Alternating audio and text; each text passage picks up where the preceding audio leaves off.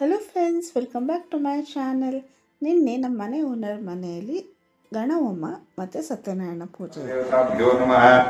ಧ್ಯಾಯಾಮಿ ಧನಂ ಸಮರ್ಪಯಾಮಿ ಆಸನಂ ಸಮರ್ಪಯಾಮಿ ಭ್ಯಂ ಸಮರ್ಪಯಾಮಿ ಆಭರಣಂ ಸಮರ್ಪಯಾಮಿ.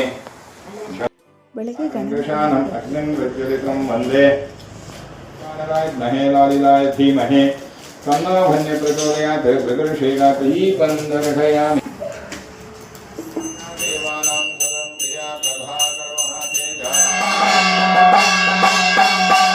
ಪೂಜೆ ಮುಗಿಸ್ಕೊಂಡು ಆರತಿ ಎಲ್ಲ ತೆಗೊಂಡು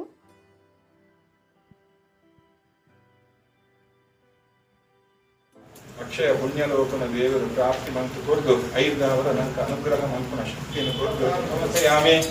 ನಾನಿಕಾನಿ ಜಪಾಪಾನಿ ಜನ್ಮಾಂತರ್ಗತಾಂಚಾಪರಮಿದಾನಿ ನಾಚಾರ್ಯಮಿಕೇನ ಕಾರ್ತಾಚರಿತ ಗಣಯಾಗೇನ ಭಗವಾನ್ ಸರ್ವಾತ್ಮಕಶ್ರೀ ಮಹಾಗಣಪತಿ.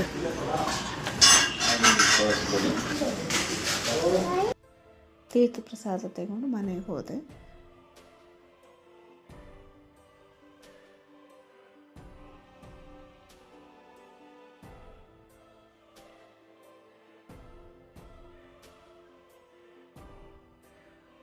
ಸಂಜೆ ಸತ್ಯನಾರಾಯಣ ಪೂಜೆ ಇತ್ತು.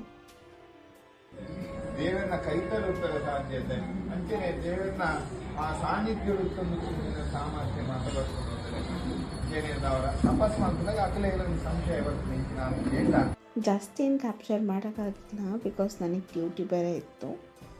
ಪೂಜೆ ಮುಗಿಸ್ಕೊಂಡು ಊಟ ಎಲ್ಲ ಮಾಡಿ ವಾಪಸ್ ಮನೆ ಕಡೆ ಹೊರಟೆ. Thanks for watching. Take care. Bye bye.